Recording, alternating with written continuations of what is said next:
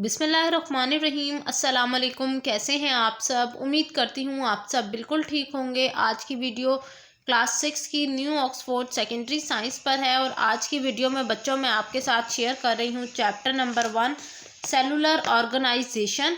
इसका जो आज हमने टॉपिक डिस्कस करना है वो है ऑर्गन्स। तो आप सब बच्चे पेज नंबर 17 को ओपन कर लें ताकि आप लोग भी मेरे साथ इस लेसन को रीड आउट कर सकें और चीज़ों को बेहतर अंदाज में समझ सकें। इससे पहले की तमाम जितनी भी रीडिंग है वो मैं आपके साथ शेयर कर चुकी हूँ और जिन्होंने नहीं देखी वो चैनल पर जाकर विजिट कर सकते हैं। चलिए स्टार्ट करते हैं आज की reading. Organs. Tissue make up larger body parts called organ. हमारे टिश्यूज़ जब सारे मिलते हैं तो वो एक ऑर्गन की तश्कील करते हैं। An organ is made from a group of tissues which all work together to do a particular job. एक ऑर्गन के अंदर मौजूद जितने भी टिश्यूज़ हैं वो सारे मिलकर आपस में एक ख़ास काम करते हैं। An organ is made from muscles, bloods and epithelial tissues. एक ऑर्गन के अंदर क्या क्या चीज़ें मौजूद हैं? मसल्स मौजूद हैं, ब्लड मौजूद है और एपिथेलियल टिश्यू मौजूद हैं। Similarly the heart, lung, stomach, intestine, brain and I R the example of organs in animals. अगर जानवरों के अंदर ऑर्गन्स की बात करें तो उसमें हमारा हार्ट आ जाएगा, हमारे लंग्स हैं, स्टमक है, इंटेस्टाइन यानी आंतें हैं, दिमाग है, हमारी आंखें हैं। ये तमाम ऑर्गन कहलाती हैं।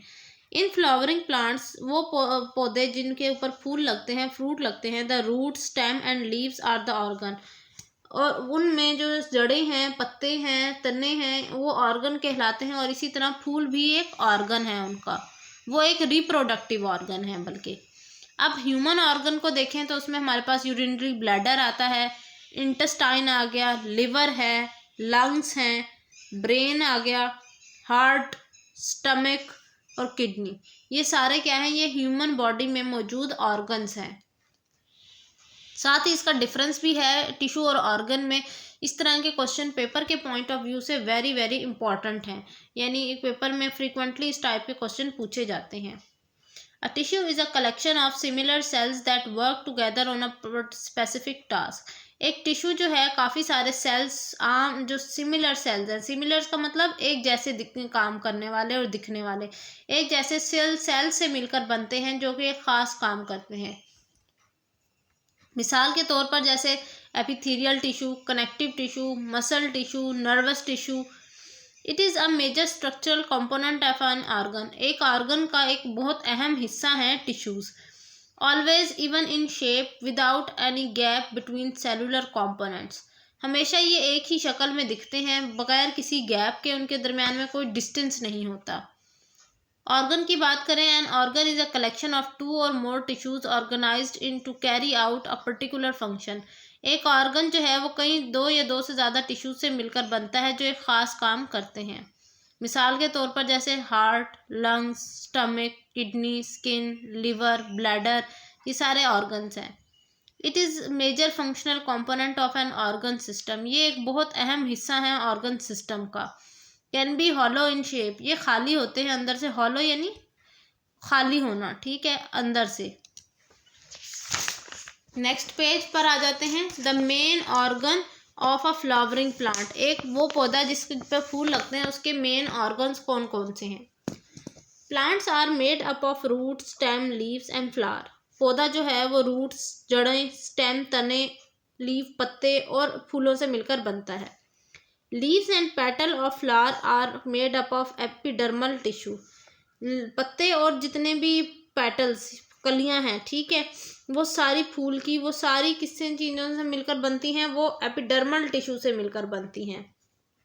All these are plant organ. ये तमाम पौधे के ऑर्गन्स हैं। Organ work together to keep a plant alive. पौधे को जिंदा रखने के लिए ऑर्गन जितने भी हैं वो सारे मिलकर काम करते हैं। आगे देखिए, cellular hierarchy. The cellular hierarchy starts in both plants and animal from a single cell and move up to more complex structure. The diagram below sum up the relationship between cells, tissue, organ and organ system and the whole organism.